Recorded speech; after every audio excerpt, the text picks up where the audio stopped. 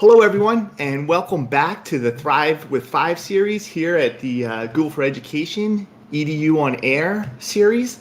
Today, we're focusing in on Google Forms, our next level event. Our Kickstart event was on Tuesday, and just a reminder, these sessions will be recorded and available at the short link that you see at the bottom of this slide here, probably within 5 minutes after our event today, okay? So you can get those recordings. Another reminder that on Fridays, you will be receiving an email with sort of a recap of the week, the resources and materials, and another flag for you to find these resources and bring them back. My name is Rich Kiker, one of the partners at Google for Education. I encourage everybody to share these slides and these resources and any of the resources that you find on the Thrive with 5 site and on social media, hashtag Google EDU. And I am R. Kiker on Twitter. Please reach out with questions or concerns. And we're going to get right after it today because we have an action-packed session. I actually was a little concerned that I overloaded this session, but we're going to give it a go anyway because I hope, have some really cool and fun things for everyone that I want you to experience. Knowing that these sessions are recorded and you can review them, we're going to jump in with our standard structure for today. Our Thrive with 5 topics. We're going to get into quizzes with forms, advanced question options, and branching inside of the form, some add-ons and some sheet integration. We're even going to sneak in some password protected forms and some digital escape rooms for challenge-based learning. So a number of different models to share with you today. We will get into our classroom spotlight and classroom testimonial, and teacher spotlight. And we will finish up with some extra credit and some Q&A at the end. A couple quick overview pieces for the advanced session. Still forms, docs, sheets, slides, you name it, platform agnostic. It runs on all platforms, all modern browsers, and on mobile. We really want to kind of have a theme today of this advanced data collection, right? This response validation, branching, ways to analyze data and spot trends in multiple ways when pushing your data to a sheet, which gives you more ability to customize the view or the charts for the data that you're collecting and more. So without further ado, we're going to get right into our demonstration for today with setting up quizzes inside of Google Forms. All right, so in a little bit of an effort to save some time because of all the ambitious goals I have for this session, I went ahead and pre-built a number of forms that I can walk you through and model and show you the settings and configurations. When we talk about using forms as a quiz, my standard best practices continue here from our last session. Always name your form first, so you have a consistent identifying title for your form. Then I want to move to my settings, my gear in the upper right-hand corner of a form. When I'm on settings, still the same 3 tabs. Obviously, we're going to walk over to that 3rd tab, quizzes, for this session. But I want to point out that in the general tab, I like to do a couple things. I like to make sure it's restricted to my school's organization, meaning someone has to be signed in to complete the form. I also like to limit quizzes to 1 response. It kind of avoids students forgetting if they did it or not, or just submitting multiple quizzes. I understand it's unlikely that they would forget that they did it or not, but still not a bad practice. Also, depending on the audience that you're working with, you may have students who have extended period of time to complete assignments, or you might be focused on second chance learning and test revisions. This edit after submit checkbox will allow students to return to the form from Classroom, let's say, and edit their responses after they've submitted it 1 time. They're still limited to 1 response, but they can edit those original responses. On the presentation tab, sometimes I like to shuffle the question order on quizzes. Might be appropriate and may not, depending on how you're deploying the quiz. It's also nice that you still can change your confirmation message to let your students know they're done the quiz or any words of encouragement at the end of the session. In the quizzes tab, really important, do this at the beginning of your quiz build, okay? Because it will turn on the quiz feature for each question that you add. If you notice here, I've gone ahead and I've already toggled this on to make this a quiz. It adds some additional features to my form to make that self-grading quiz possible. If you look down, there is a number of options, including locked mode. Locked mode is only available on Chromebooks that are managed by your school's domain. In other words, if you are in a classroom and students are going to take the quiz, what you can do is turn on lock mode, and when they sign into their Chromebook and they launch the form, that tab in the browser gets locked in place like a kiosk, and the students cannot jump around to multiple tabs until they scroll to the bottom, finish the quiz, and hit submit, at which point it's like a release. They're able to then move around again. You have some options on how you want to release grades back to your students. You can allow them to view them immediately, right after the submission, or later after you review all of the answers. So you're holding everything until you're comfortable to release them back to students. Of important note on that setting, students do need email turned on in the school domain in order to receive that grade release after the manual review. You'll notice at the bottom, you can control several things that students will see after they receive the grade back, like can they see missed questions, correct answers, and point values, and you can select one or all of those options. If I save these configurations, you'll notice I made a math quiz, a very short math quiz, but a math quiz nonetheless. And here's the difference with a quiz. When you add a question from your toolbar or your floating addition side panel here, if I add a question, here's a multiple choice question. I have what is 4 by 4? 4 times 4. When I look at the bottom of this question, the only thing that's really different here is that I have an answer key now, and that is because I turned on the quiz from my settings. I get questions from teachers all the time saying, I can't find my answer key. It's because they forgot to turn on make this a quiz. So this is like a toggle. Currently, I can edit my question and answer options. If I toggle over to the answer key, this is where I can set the correct answer here. If it's green and the check mark, the green check mark is to the right, that answer will be accepted as a correct answer. You also get this option at the bottom where you can add answer feedback. You can see I've added 2 pieces here. So for correct answers, you're my favorite. Probably not something you should say to students. For incorrect answer, wrong in an aggressive tone. Also probably not kind, but fun for this session. I'm going to hit save. And what will happen is when my students receive that feedback, they'll also see which, if they got the answer correct, your correct feedback, incorrect, incorrect feedback. All right. You've probably also noticed that my point value is currently set to 1 point. And I didn't change that. That's my default value. That's actually the setting. If I come to my 3-dot menu in the upper right, and I slide all the way down to preferences, under preferences, you don't have to make, if your standard practice is to make quizzes with questions that are 2 points each, you don't have to change the point value anytime. You can change it after the fact, but you can set your default quiz value to a single point. I'm going to hit save there, and now all my questions will have that piece right there. Great question from Margie. By the way, I didn't say that at the beginning. I apologize. The talented Devin is watching your questions and then sending them over to me. And we will save some time at the end for that as well. But Margie has a relative question to this particular use. How do you select multiple answers as a correct on a specific question? Okay, so Margie, what you would do is if it's multiple choice and you want to say there's multiple correct answers, you can do that. And then if the student chooses either one of these, it would be accepted as the correct answer.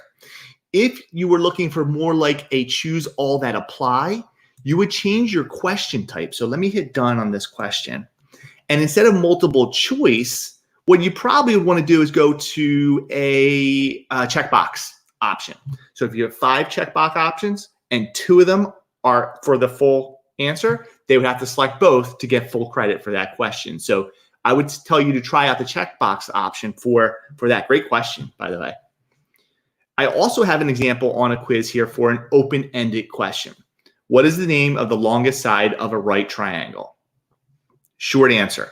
These get much trickier than checkboxes, drop downs, or multiple choice, okay? I love quizzing features in forms for pre and post assessments. If you're gonna go a little bit more, know that you have to take a little extra care in the development of your questions. So here, you'll notice that I took my three-dot menu from the question and I added a description. I want my students to know that spelling counts, because it can only account for answers that were spelled correctly and mark them as correct in a short answer question. If I switch over to my answer key here, you'll see that it looks a little different. I have the ability to add one or multiple correct answers. So the correct answer is hypotenuse. It is case sensitive. So I included an uppercase and lowercase version of the word. I can add multiple correct answers. You can add 5, 6, 7, 8 correct answers if you need to in here. Also, there's this kind of unique mark all other questions incorrect. A little bit of a weird setting. What that will do is if a student puts an answer that is not one of my identified correct answers in, it won't be marked correct, but it also gets a null value. It is not marked as a 0 on the grading. If you check this box, mark all other answers incorrect, it will fill in a 0 for it. So a unique tool to possibly use here, okay? From Loris, how do you give some questions a higher value? Great question. So Loris, if you are adding questions and your default value is 1 point, like my question was here, any question that you add that you want to change the point value, when you are in the question, come to your answer key, look into the upper right-hand corner, and you can dial in any point value here for that particular question. Okay? So what's this look like? When I give this form to my students, I'm going to hit preview. Here's my form. I'm going to choose 16. I'm going to type hypotenuse and submit. Your responses have been recorded. On the student side, I can check view score. And there is my instant report. I got a 3 out of 3. I made the test, so I should. Okay, so that's my math quiz, all right? And you'll notice that back on the form itself, the one response is recorded. If I jump over to this response, you'll notice that I have my summary like we saw on Tuesday. I can explore by question and see which answers were being submitted for each question. I can look over an individual student's responses. So if it was an open-ended and it was just a misspelling and you wanted to award the points anyway, you can simply change a score and save those edits. That student's score will reflect those edits once you're done, okay? So quizzes inside of our Google form. Now, a couple other pieces I have ready to go for you. I wanted to touch on the idea of branching.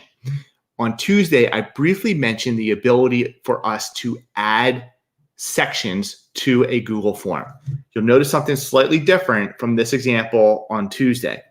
Now at the top of my form, it says section 1 of 2. What I've done is I've gone to the bottom of my form. This was my last question.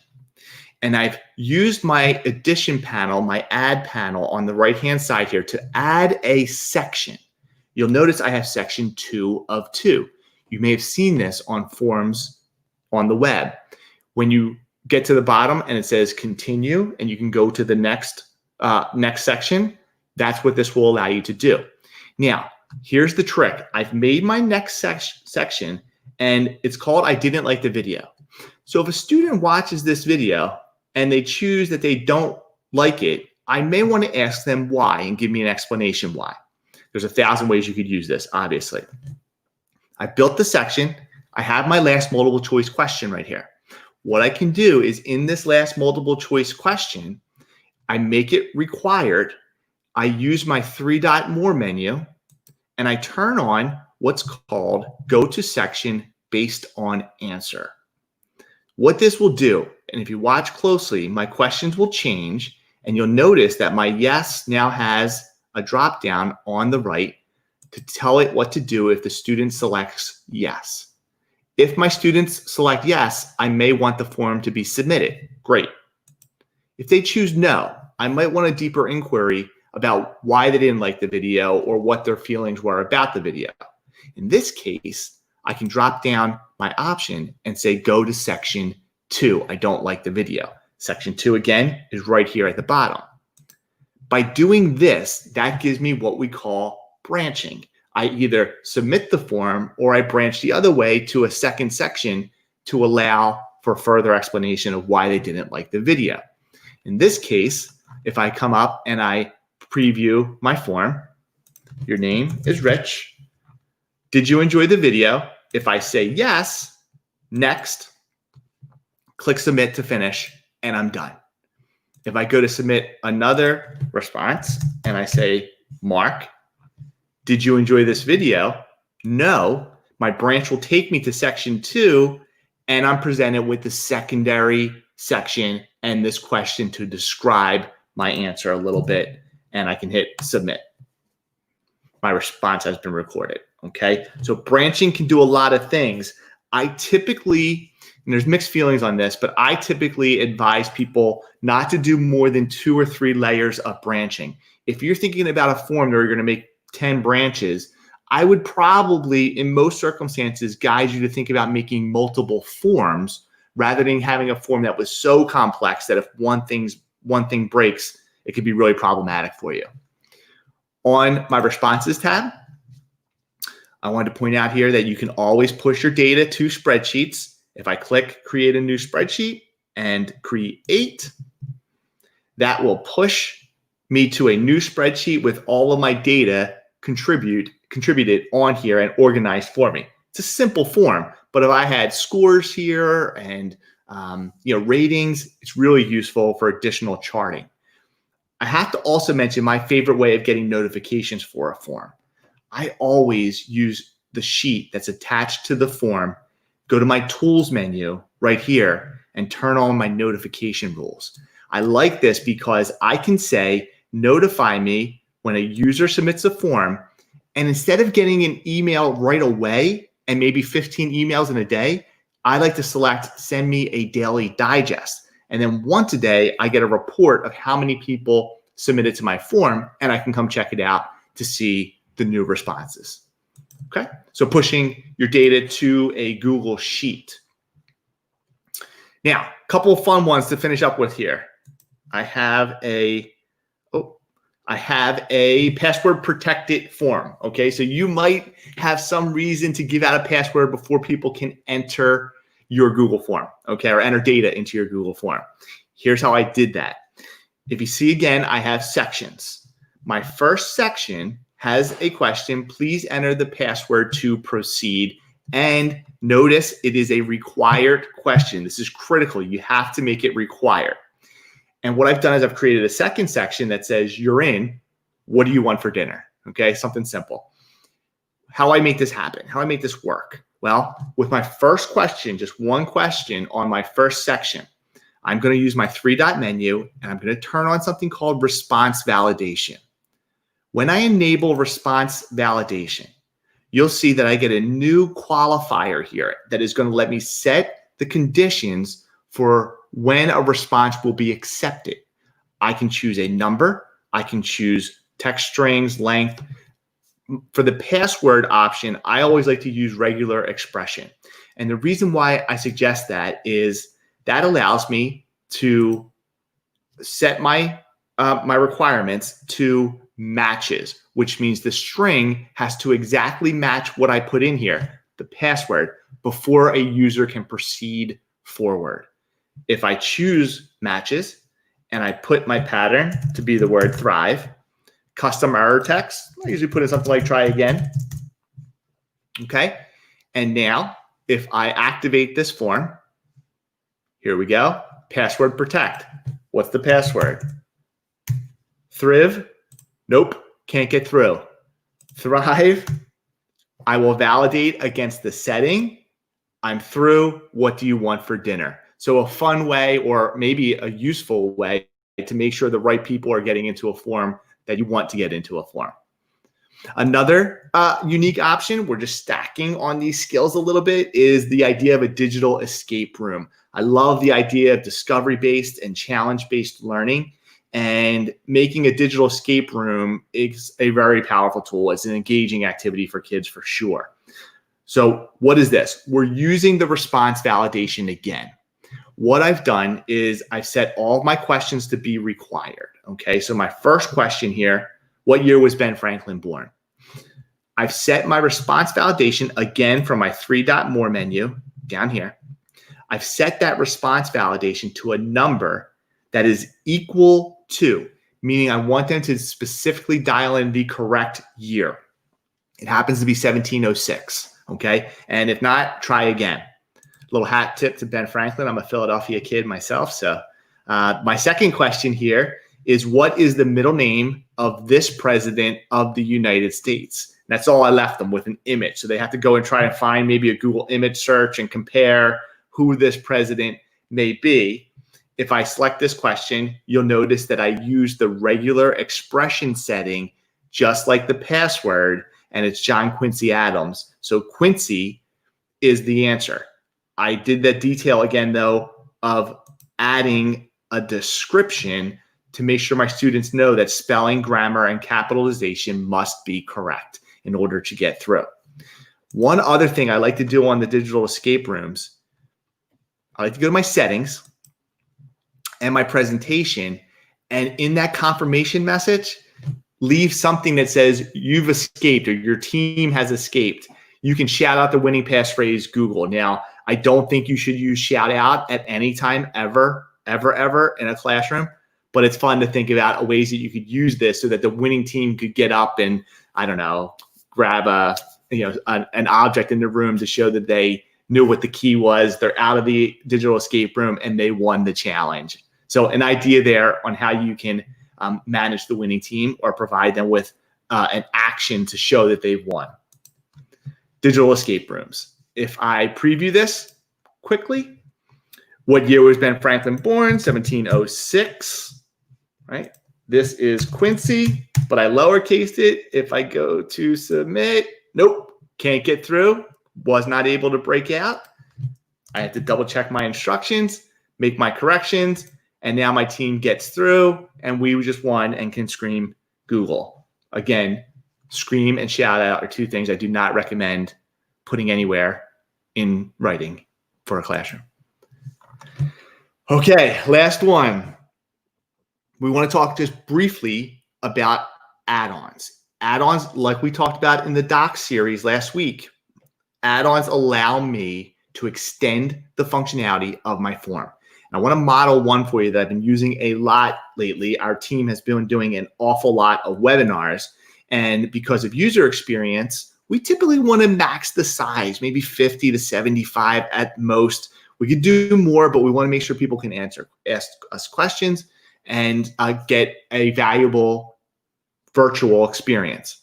You can't really limit how many people turn in a form, but I can use an add-on to do exactly that. If I look at this form and I come up to my 3-dot menu, you will see that I can choose add-ons right here. From the add-ons menu, there's a range of options to look through, okay? I want to model form limiter for you today. So once I select this add-on and add it to my Google account, my form will get a new menu piece that looks like a puzzle piece right here called add-ons. Any add-on that I have installed, I can select and choose from my menu. And when I do, form limiter, oh, let's fix this real quick. Form limiter will let me set a limit. Oh, and I'm locked out of this right now. Apologies, everybody. Let me try this one more time. Here we go. I can set the limit. I will get a new tool in the bottom that allows me to set by the number of responses or a date and time. If I want this form to shut down at 3 o'clock tomorrow, I can set that or the number of responses. Form limiter will control that for me and shut it down at the appropriate time. Okay, so some ideas for you inside of forms, some advanced ideas for sure.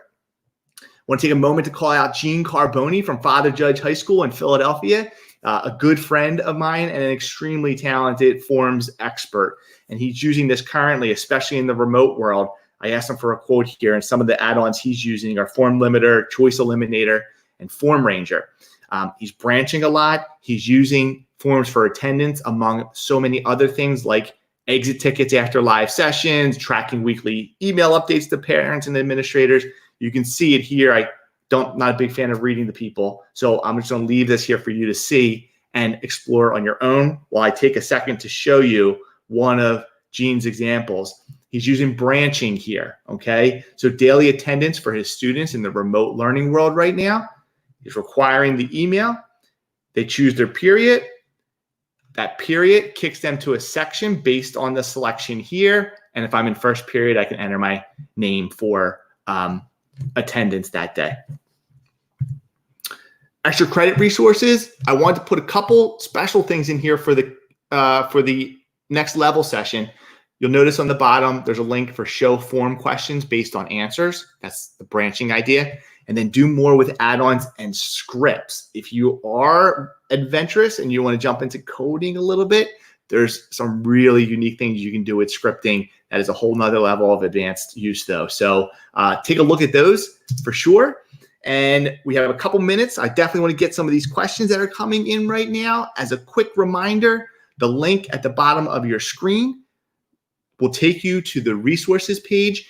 Devin and I were speaking just before this session, and one thing I'm going to add on to that resources page over the next half hour or so after our time together, I'm going to take all of those form examples and I'm going to make them into a template copy and put them on the resources page.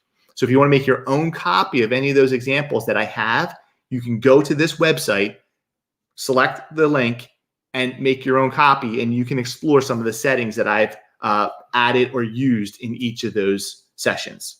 But let's see here. What do we add? We have a question from Patty. When students edit their quiz answers, does it show it as an additional response in the spreadsheet, or does it change the data in their response earlier? Also, does it change their score if you have attached it to Classroom? If a student edits their response in a Google form quiz and they resubmit it, it will not create an additional submission into the form. It will create an edited single submission. This is, again, where I really like to put that limit to one response setting on in that case. And then the second part of your question was, does it change the score if it's attached in Google Classroom?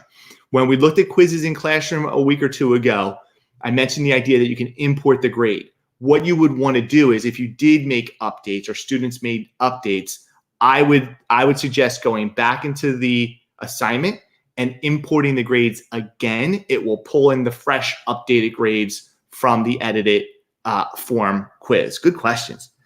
Julia, do the answers have to be case sensitive? They do, Julia. So if we're talking about a question that is a short answer and you have multiple answers, like I had hypotenuse, and you want to account for all scenarios, put in a lowercase and an uppercase answer that both can be considered correct, okay? So one final reminder, this session, again, will be recorded and up on the site within a couple minutes as soon as we end here today. We also will be sending out those update emails for everyone tomorrow, I think tomorrow afternoon, early afternoon on the East Coast at least.